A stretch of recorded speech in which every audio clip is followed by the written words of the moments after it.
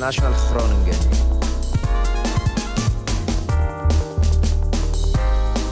International Groningen.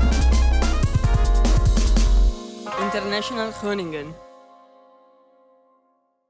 Hello and welcome to International Groningen podcast. Today we're going to talk about culture shock, ways to adjust to Dutch culture, seeing cultural differences and finding the right balance between our own home culture and culture here. Let's talk about this with my guest today. I have on my left side Nikki and I have Miriam on my right side. Could you introduce yourself? Well, thank you so much for having me today. My name is Nikki. I'm from Hungary, Budapest, and I'm living in the Netherlands for 9 years. Okay. What about you? Thank you for having me here as well. It's a pleasure to be here. My name is Miriam. I've been here for almost 2 years, 2 years in September. Okay. Yep. And I'm a Ghanaian. You're from Ghana? Yeah, from Ghana. So that's quite a culture shock. It is, yeah. And what are you studying? I studied international communications. I'm actually done and my graduation is next week. So I'm done. So you also have your professional, you understand the Dutch culture and everything, how it works and all the other cultures also through your studies. Yeah. A bit. Yeah. And Nikki, you also do not specifically something with culture shock related, but you still do. You help people, also internationals, to regulate their emotions. Can you elaborate on this? Yes, exactly. I'm a trauma-informed body-mind practitioner. Mm-hmm. I facilitate a safe space for body and mind. And half of my clients are internationals and half of others are Dutch. Mm-hmm. It's really important when you are moving out from your country to find a safe space. And it's really hard when you don't know anything and anybody. Mm-hmm. So the best way to go into yourself and finding the way to find this grounded spot under your feet from your own self. Mm-hmm. And this is what I'm helping people with. Yeah. And you've been here for how many years? I'm here for almost 9 years. Okay. I came to the Netherlands in 2015, November. Mm-hmm. Yeah. And I've been here for 12 years and you have been almost 2. So we're at different stages of our adaptation to Dutch and Groningen culture. Yeah. But at the same time, I think we're still also sometimes even, I think once you're an international or mixed culture, you always experience certain tensions. We're going to talk about this a bit later. But let's start with some juice. What was the biggest culture shock when you came here? And what was the things that you were like, wow? Okay, so I would start with how people leave their curtains open, their homes. Like curtains. Yeah, so you could see through someone's home. You can see when someone is having dinner, when they are cooking and all of that. That is not really is not a thing at all in Ghana because every home in Ghana has a fence or like a gate and a wall. So you don't see what is going on inside someone's home, but that is not the case here in the Netherlands. Yeah. Yeah. What about you? What was a big culture shock? Well, I had quite a positive experience with that because my idea was to come here in the Netherlands that people are wearing colors. Yeah. And smiling on the street and saying hi to each other. And this has actually happened. Okay. And that was a really great experience, coming from a really big country and a really big city, that people are a little bit more chill. Here? Yes. Compared to Hungary? Yeah. Things are a little bit more slow, when you're going to the shop. Yeah. They don't want you to kick you out right away, but like, okay, let's just say hi to each other. Let's just smile on each other. And yeah, that was a really great experience to me. Was there something more negative and more personal that you were like shocked about? Or maybe positive, but something that you personally were like, I don't know how this works. I don't know what these people mean. Well, for one, the laws. Too many to keep up with. There are laws with bicycles. There are a lot of laws, but I guess that's what makes the country stable, because these laws are there to protect not just to protect, but also guard people to do the right things. So yeah, Ghana is more of a very free country when it comes to bureaucracy, but the Netherlands is really bureaucratic, very much. Yeah. And this is not in a negative sense. It's just something that is different and a bit difficult to follow since I'm from a pretty much chill country. Also, another thing is the way the Dutchies are like direct. It's also not a bad thing. In the beginning, I saw it as rude, but I realized they are just blunt and straightforward. Unlike Ghanaians who like to like go about the bush a bit, they don't like to see things how they are. And sometimes that leads to lying. So so I think it turns out to be good because they are straightforward and more honest. And Netherlands does not at all. I come from Latvia, but I also have this like strong Eastern European influence, and it's really like a culture of hands. You don't say things, but you let each other know, and then you gossip much more, and then you show things with your with a secret hidden detail, so to say. That if you do an eyebrow, then everybody understands that you didn't like this. But Dutch people will not understand. No. You have to say, I don't like it. Exactly. Do you experience it this way in Hungarian versus Dutch culture? I really had to learn to articulate my feelings, for example, and emotions, because in a direct and in a short way. Because in Hungary, we are really we are living through our emotions. We are really emotional. We are using words to articulate or how we are in a completely different way than here in the Netherlands. People are, as you just said, more straightforward, and also there's less taboo. I find it... like what kind of taboo, for example? What is a taboo in Hungary and not a taboo in the Netherlands? Sexuality, drugs, family situations, mental health. This is all something we are talking about here in the Netherlands, and not only just in our small groups, but also in the wider perspective, in the television, in the radio, in in the workplaces, in the school, and we don't have it in Hungary. We are putting everything aside, and let's keep it hidden, because if something is hidden, it doesn't exist.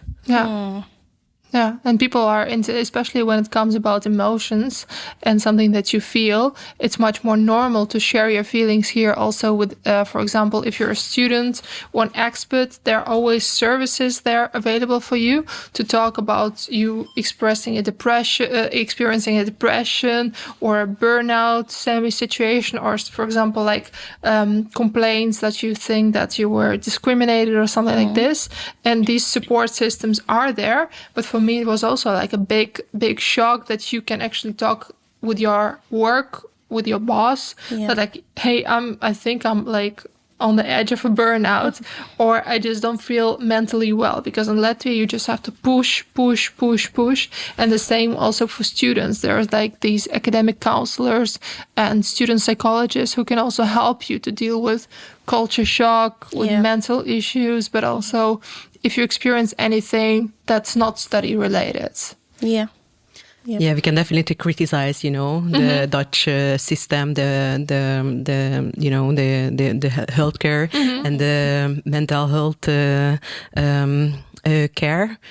However, I do feel like the amount of availability you have, if you're struggling with mentally or physically, that's something really incredible to me. Yeah.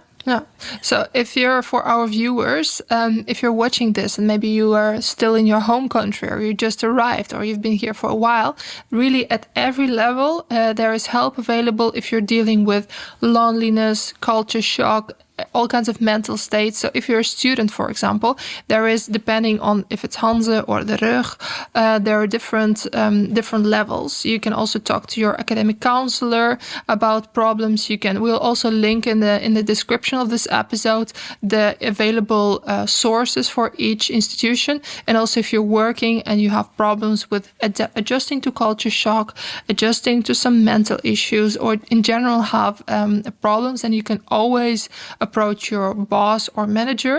And then in most organizations where you work, there's also sources available to help you to just have it's called in Dutch vertrouwenspersoon. If you, for example, also experience an issue with a colleague of yours, you feel that you're being intimidated, or if you feel that you just experience an uncomfortable situation anyway, there are always help available. And it's not a taboo in Netherlands. It's not that you're like, oh, I'm not strong enough, I'm not professional. It's completely normal to indeed ask for help. And that has also been a challenge for me, because I think if I will complain, they have to give me education. They're not there to help me sort my life out. But this is really something that's available here, right? Yeah, but it's also really important that here in the Netherlands, there's a big focus on individual responsibility. So if you're dealing with something, people are not going to go to you and offer help, but you have to make a decision to go and okay, there's something going on with me. I would like to go after and I would like to get some help. And then if you made a decision to reach out somebody, then they are going to be there for you. Yeah, but you have to, in all the aspects of life, this is, I think, also a cultural thing. I think you also experience this. You have to be very proactive, go for it, ask, express, say, I don't like it. Or even when we talked about this in the previous episode, which will be launched later, but that doesn't matter. That also, if you have a job interview and you had a feeling that it went good, but you don't get called back, they don't get in touch with you, then it's completely normal to call them or to mail them and remind about yourself.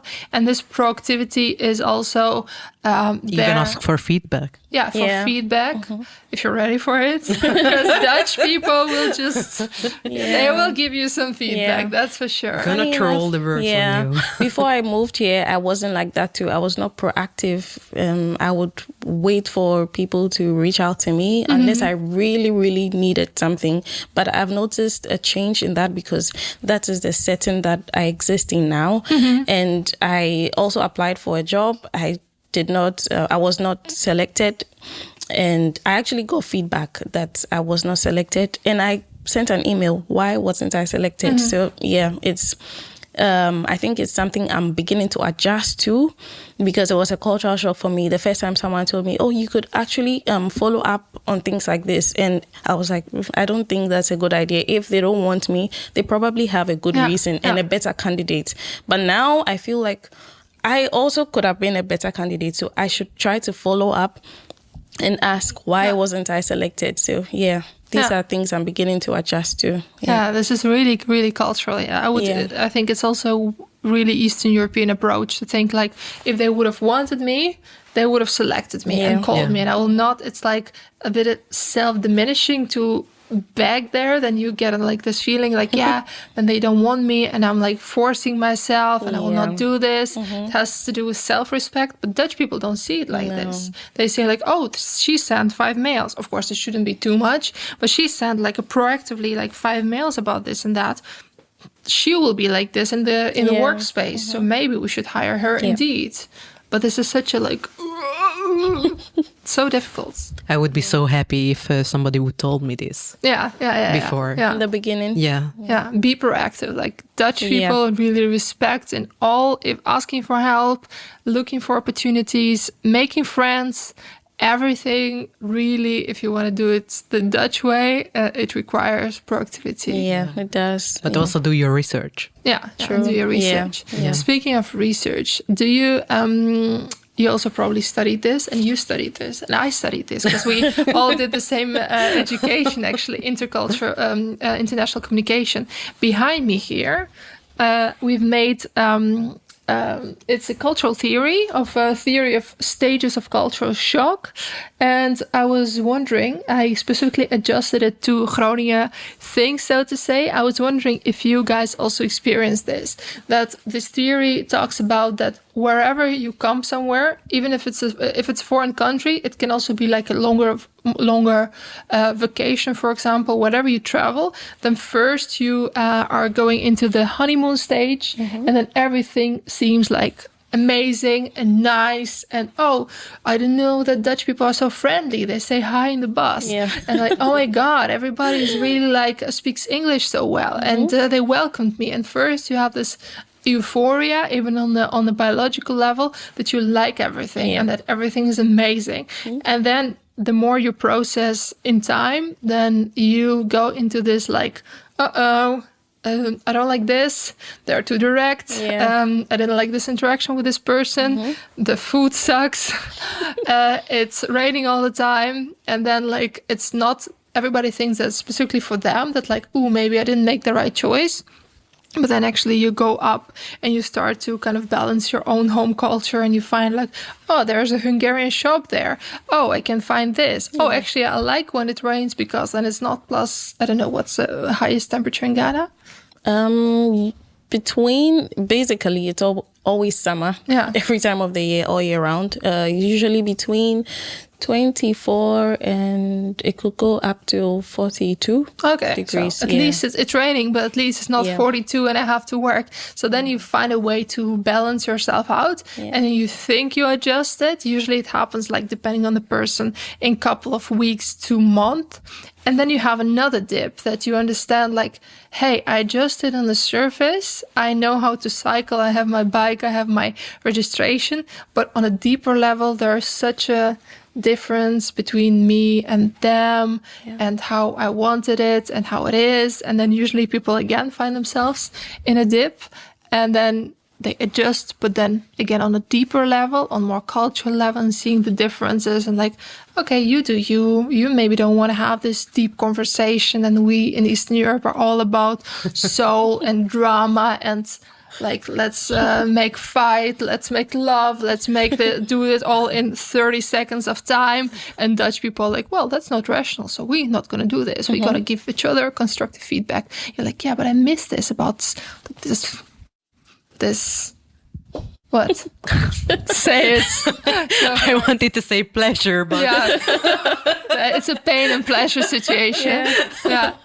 And so this is like a deeper dip, so to say, and then you go to a more adjusting stage again. Then you're realistic. You had your like dreams. Some of them came true. Some of them you fell down, but you recovered, and then you go back to the normal stage of being productive. Have you experienced something like this? Do you recognize yourself in these ways? Actually, you describe it in a really practical and realistic way. It has been, even though it's been less than 2 years, it's been a meandering journey of, in the beginning, my first week here, I was like, I love this. I'm going to be here for a long time. And then I began to realize how things really were, like with school. I think also because of the pressures that came along the way with academics and issues with homes, finding a home, and we know how difficult it can be. And learning to cycle. I still don't know how to cycle. That's a shame. That's our next episode, because you're also not the only one. And finding a balance, what I like and what I don't like, and staying on the path that makes sense to me and works for me. And so that's how it's been. And I also, from the diagram, I also can already imagine that when I go back home to Ghana, there will be a reverse cultural shock. Because, for example, over here, it's okay to call people by their first names, but it's not acceptable in Ghana. And never should you do that. So how do you call them? So in Ghana, the titles uncle, auntie are not only for people related to you. They are basically for older people. So you could call a random person. So for example, you want to sit beside someone, you could ask, uncle, is it okay to sit beside you? Something like that. You don't just say hey or hello. No, don't do that in Ghana, just in case you decide to visit Ghana one time. But so things like that. And I do that here, like in school, my teachers, people who have such attainments in life are okay if you call them by their first names. And that is unacceptable in Ghana. Because when I did my bachelor's, my teachers who had their PhDs especially insisted that you call them by their title, doctor, and their last names, but not here in the Netherlands. So I'm sure that when I go back home, these are things that I might forget. And yeah. That's also, again, that's also on this describe that you have a reverse culture shock whenever you come back. And that means at first you are filling yourself with all the emotions and things that you missed. And so you experience this euphoria, and then you start, well, depending on your own personality, but and miss things and your personality that you developed here, and also see that it doesn't quite fit in the picture how you return. So to say, where you come back, you don't fit in the puzzle because you've changed. And you start also, if you're a bit proactive, and that's also what you learn from Netherlands, you start to push your opinion in people's heads, but in Netherlands we do it this way. In Netherlands we don't have this power distance. In Netherlands, and you start to feel hey, I don't fit quite there, but I don't anymore fit here. When I left, I was fitting here perfectly. That's a sad reality. You also have to. That people don't talk about, not fully adjusting here. And then you go back home and you realize it doesn't feel like home anymore. I do not really fit back at home either. So where do you really belong? It's a sad reality. Do you have this, have you experienced these stages also? And also this feeling of having your Groningen/Dutch personality that's not at home anywhere? Thinking back of this last 9 years, I definitely recognize all these stages, in my life. Well, when you're moving out, from your home country, it comes with grief. And feeling of loss. And being lonely. And I don't think so we talk about enough about this, because we are humans. We are born to adapt, but for that we need time. And when you're coming to school, or when you're coming for a specific work to do, there is no time to taking care of yourself or just thinking about yourself. What is your needs in this situation? But just okay, I have to do the best in the school. I have to do the best in the work. I have to do the best with the other people around me, etc., etc. And a couple of years going by like this, and then you're just going to stay there and okay, where am I now? Who am I? And what is happening? And that's when so many tragedy could happen, with the burnout or, mental health issues. Old wounds are just coming up, and when you don't have this safety net around you with your family and with your country and with your, with the food and with the streets, with the houses, look as because you grow up there, then it can be really hard. Especially because there's so much expectation also put on you by yourself, and also for some people it's completely normal. For their parents it was okay to send them here or they on their own savings, but for a lot of people that's really a lot of money, and to send their child to study here or to send their child to work here, or that the person just goes and uses his saving to rent an apartment. It's and like just an investment. Start, and so you think it should be worth it. I should pay it back right away, and then you put more and more pressure. But even for yourself to adjust to the language, so you constantly hear things that your brain doesn't understand in the beginning. That's also quite tiring, right?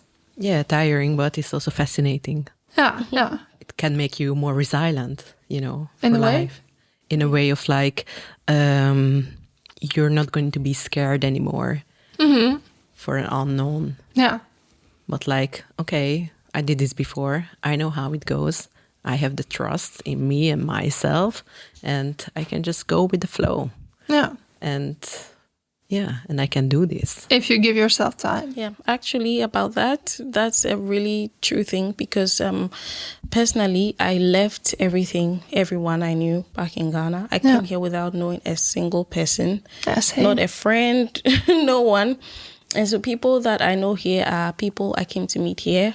Fortunately, before I moved here, a family friend had a relative here. And so, as I said, in Ghana, older people are called auntie and uncle. So I call her my auntie. So people think we are related, but we are actually not. And because of that, I feel like there's nothing that is too much for me to handle because there were so many uncertainties. I did not know, or I had heard things about the Netherlands, done my research, but I did not know how things actually were here. But I did not look at that. I just moved here.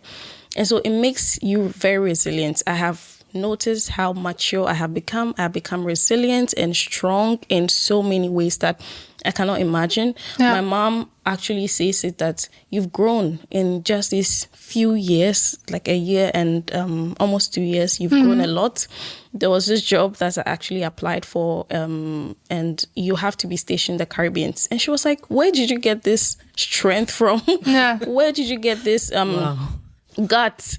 Because you wouldn't do something like this. Like I used to be very timid back in Ghana, not proactive, very laid back. And I had the mentality that if it doesn't come to me, it's not meant for me. But sometimes you have to go for it. It could be meant for you, but you have to go after it. So yeah, it makes you strong, resilient. Yeah. So that is something that maybe expats may have that others may not, because you left everything back at home. You cannot come all the way just to like let things crumble, watch things crumble. You have to build yourself, be strong. Yeah, and it's relatable to, I think, to international students, because usually they or their families put a lot for them to move here. And also for expats, they left their life back there. Sometimes they even move here with children and with family, or sometimes they had a career there. They had it there, so they paid their price, and now it feels like almost like, there's no way to go back, because the price I've paid is already quite a bit, quite a large one. So that makes you stronger, and also gives you extra motivation to push forward.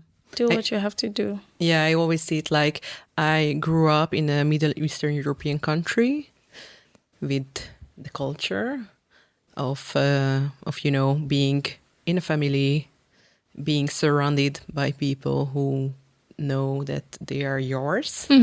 And I became an adult in a Western European country, in a country where individualism and responsibility is on such a high level. And feeling, having these two sides of me, giving me an opportunity to live by that knowledge. But it also makes me feel what you just said in the beginning of like that I'm not really belong anymore. Anywhere. 100%. Exactly. Yeah. It's probably something that's students and expats and everybody who has spent here a while, that they have this feeling that they kind of grew a new personality that's not fully at home anywhere. And that's such a weird feeling, because you feel like that you have it and you can use it as your power tool, but also that it's like it creates distance between you and your former life, for example. And how does it work? Let's talk about loneliness and missing your culture. Like, what are the things apart from your family, like food and stuff like this, that you miss the most about your home country? The people. Dutchies are nice, But so sorry for everybody. There's a but coming. Because they say hello and all of that, but on a deeper level, I don't want to say these things because it's my country, but it's just because it's home. But the people are welcoming. The people are. It just. I don't know how to put it. It's more sentimental than more. It's an abstract feeling. So I cannot really describe it, but more gezellig. So okay, since I cannot really describe that aside, The nightlife. Yeah, I do not really enjoy the nightlife here. And I know someone who will be very disappointed to hear that. Yeah. And well, because when I talk about nightlife here in the Netherlands, it's more about clubbing. Yeah. But in Ghana, not really. There's more to do. So we have specific foods that are only sold at night. Oh. Wow, really? Yeah. We should go there. Yeah, so these things, just make it nice. There are beaches. I love the beach. So that is something that I really miss. Yeah. And because as someone told me, oh, that's a beach here, and I saw a picture and I was so disappointed. That's not a I was beach. like, that's not a beach. Yeah. That is not a beach at all. Yeah. As someone from Latvia, I agree. That is not a beach. So yeah, not being to the beach in almost 2 years kills me. Yeah. I know it's just something, but as someone who really loves the beach and water, that's very disappointing to me. Yeah. Yeah, but I think the most things I miss are my family. I have a very big family, and Ghanaians are really big on family. Africans in general, really big on family and community.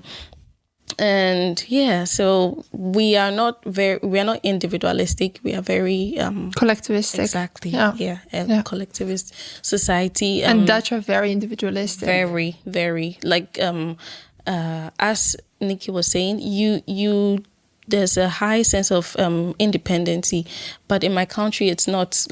Growing up, I never had to work for myself. While I was in school, my parents basically took care of me throughout.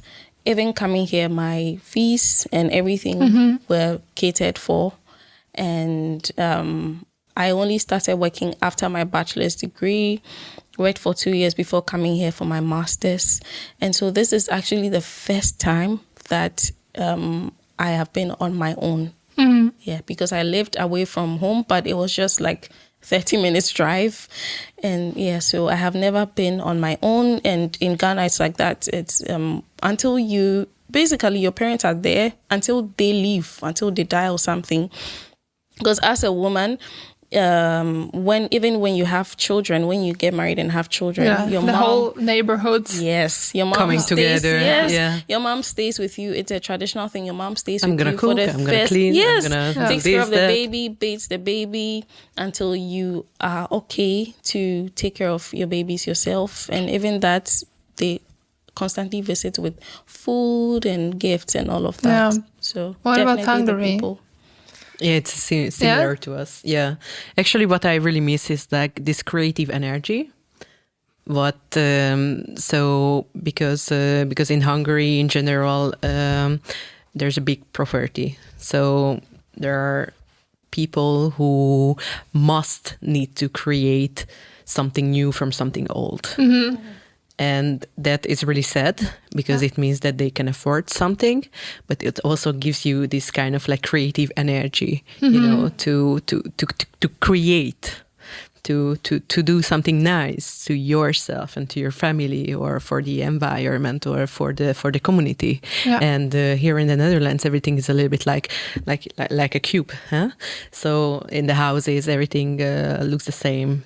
You are not able to paint your walls outside of the house for different colors because the gemeente, there are rules for that. Yeah, exactly.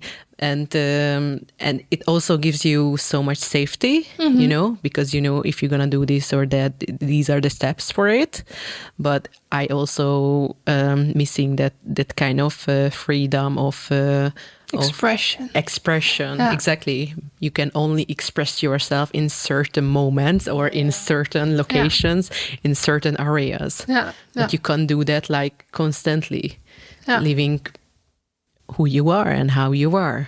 Yeah, that's really something that is also in Latvia much more similar to this. That my grandfather, he survived the World War II, so he would always come up with his own inventions for it. I don't know, a juice press, or how do you call it? Something like a juicer. You just make it from an old washing machine, and then you roll it and you add a wheel to it, and then you put a food on it, and then it works, and then it presses the juice from our own apples. Yeah, this is not happening in the Netherlands because people can just go to a website, order the juice presser or whatever you call it. I don't know. Sorry, guys. I forgot how you call it. Juice presser. Yeah, juicer. Something to make juice with. And it also goes to people there's much less rules also. So I think that it's something that is for somebody from Germany, for example, a bit easier to adjust to. Yeah. But the further away you go from the Northern Europe, the more difficult it is to you can't just do this. You have to apply for this. You have to apply for a permit to do this. You can't just go to a park and organize a yoga lesson there. You need to have a permit for this. Yeah. And you can get a permit, but you need to ask for it. Yeah. Or something like this. Yeah, I was... in the first couple of years, I was really, really so when I came here in the Netherlands 9 years ago, I was an au pair, and I was living with a family with 2 kids, and I was basically babysitting them. As a nanny. As a nanny, yeah, right. And when we did something for school, I was always okay, let's create from the paper. Here's the pen, and etc., etc. And then after the mom came, and we could just buy this. Oh yeah. And we really needed to buy it because if the kids would bring something handmade. Mm-hmm. In a level of handmade, how I was thinking it would be great. Yeah. Then the other kids would okay, what's this? I don't understand. We just have it from the shop, and you call it a day. Yeah, exactly. Yeah. International Groningen. Can you mention your biggest culture shock that you faced in the Netherlands? I think that people keep their windows open. Yeah, I think it's how small the stairs are. That's honestly my biggest culture shock, genuinely how narrow they are. I think that's about it. I guess also how steep they are, because at least that was for me the case. It's probably very hard to get furniture up those stairs, but yeah. I hate walking up and down those stairs. I'm so scared of falling, tripping, all of that. It's so embarrassing also if you fall, everyone sees it and you're just yeah, so. I think one of my culture shocks were a lot of bikers, a lot of people use their bikes to go everywhere, which is a huge culture shock for me because I know in my country everyone goes out with the car. Yeah. So yeah, that was one. And another one was people splitting the bill. Okay. Yeah. So going 50-50 is going Dutch. Exactly. Which in my country we don't do. It's everyone pays or someone tries to pay for every single one. Exactly. So it's very different. Yeah, eventually you get the favor back, I guess, in other cultures. But here it's about the tiki life. I don't know if you experienced it yet. But yeah, for you maybe? For me it was people going to markets alone. Because when I first moved here, I found it very weird to go to markets alone, even if you're a teenager, because I thought you always had to be with your parents. And what is something that you miss about your home country or your home culture that might be very different to what you see in the Netherlands? The food. Food. Yes, definitely. The food. I think the food. Can't with the cheese and the bread. I can. The cheese and the bread is great. Yeah. Don't cancel me. But I really like my butter chicken and naan as well. But I think I also miss the that you were having everything at your disposal. Yes. You don't have to really work too hard to get there, to go watch a movie and make plans in advance. I think I like the spontaneity in my country more than I like it here. You have to schedule everything here. And the fact that things are open till 8 and 9 and 10 p.m. While here they shut at 6. Oh my God. And sometimes 5 on Sundays. Yeah, that's really pathetic. They don't open till 10. So that's also a huge shock. Yeah, and I miss being able to go out and get whatever I wanted whenever I wanted, That is true. Yeah. Yeah. No, that's a good one. Yeah, because I have exactly the same. I lived in Spain for a couple of months for my Erasmus, and I came back here and I realized everything's closed at 6 and I can't even go out for food late. So maybe the food. I miss my mom's cooking a lot. And I've been craving shawarma so bad recently, but a very just a shawarma, not with the cabbage and the onions and everything, just the plain, simplest shawarma. Maybe that's what I've been missing a lot recently. What is one thing you maybe were not prepared of that maybe hit you harder? I guess it's kind of overlapping with a culture shock, but maybe something else? The fact that when it rains here, when it's windy, sometimes the water will come from the canal and splash you in the face, but that doesn't keep the Dutch from cycling in that weather. So that was huge. I think to me would be like how international the city was as a student. So I think I never experienced this before. So for me, like international, getting ready for every international community was something that I didn't really prepare it well. Now I kind of can navigate after 2 years, but I don't think when I came here I could understand a lot of things from other cultures as well. Yeah. So yeah, that was a big thing. Oh, when I moved here, I didn't know how to ride a bike.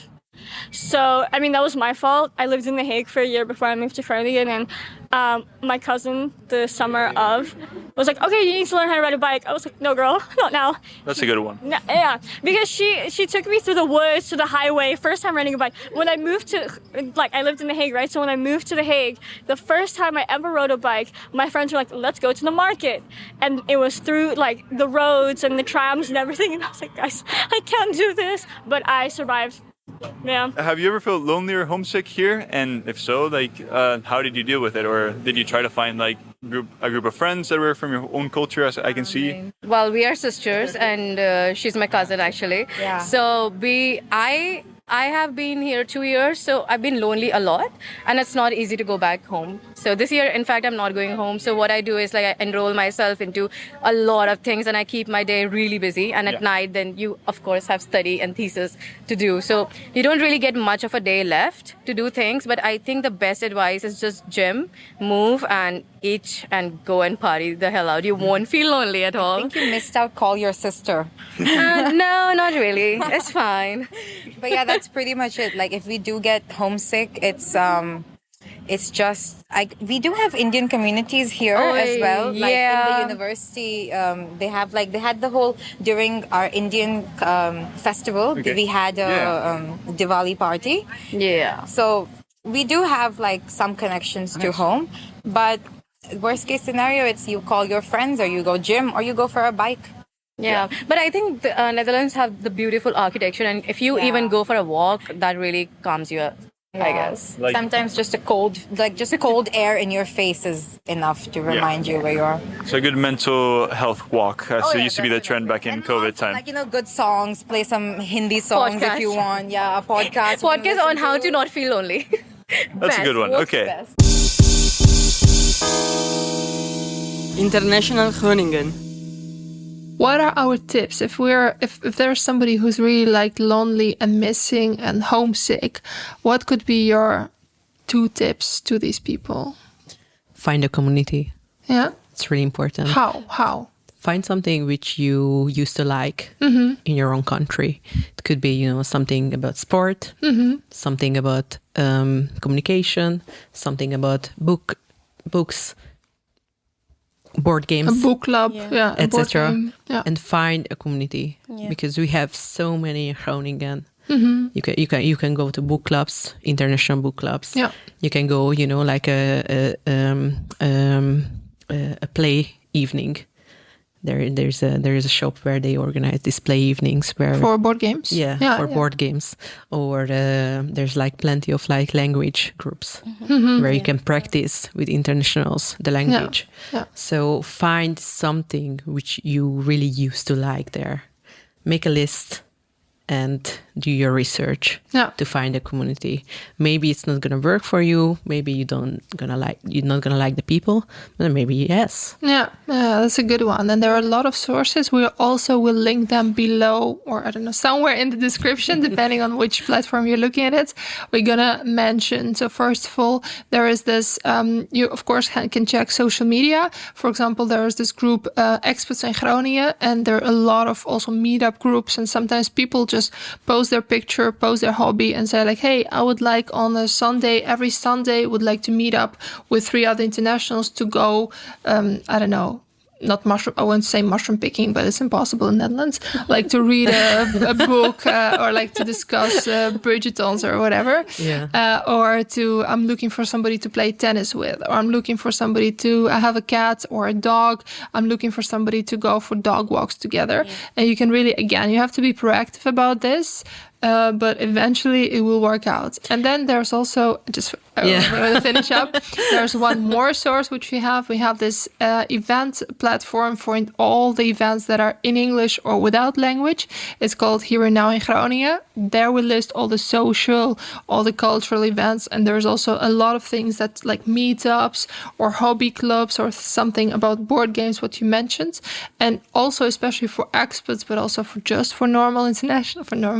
for other internationals, we have this International Welcome Center North. They help people with practical matters and especially with all the documentation, but they also a lot of times organize social events. Like I saw something like paddling, a book club and a language club and bike course and stuff like this. So it's also a source and a way to get in touch with community, because Dutch people, they're a bit difficult to make friends with. In my personal, I'm an introvert, so I don't need that much, but it's quite a challenge. Yeah, and for somebody who's coming here studying, it's way easier to find the right community. Yeah. But it also works for people who didn't come here for study, but just for work or for a spouse. Yeah. There's also like actual adult clubs and communities to connect. Yeah. You have to look for these sources that we just mentioned. And if you're a student and you come in September, join the ESN Introduction Week and the Keiweek Introduction Week for internationals. There are special ones made for internationals. This is also a way to get in touch with city, get to know the city, and then you're being forcefully almost put in groups, and then you meet someone. Maybe you'll meet someone you don't like.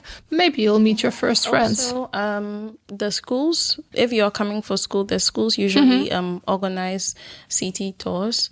So you're put in groups. Sometimes they have fun activities. They could say treasure hunt in the city, and that's how you could form friendships. Yeah. But the community is definitely the best advice to me, because that is how I remained sane.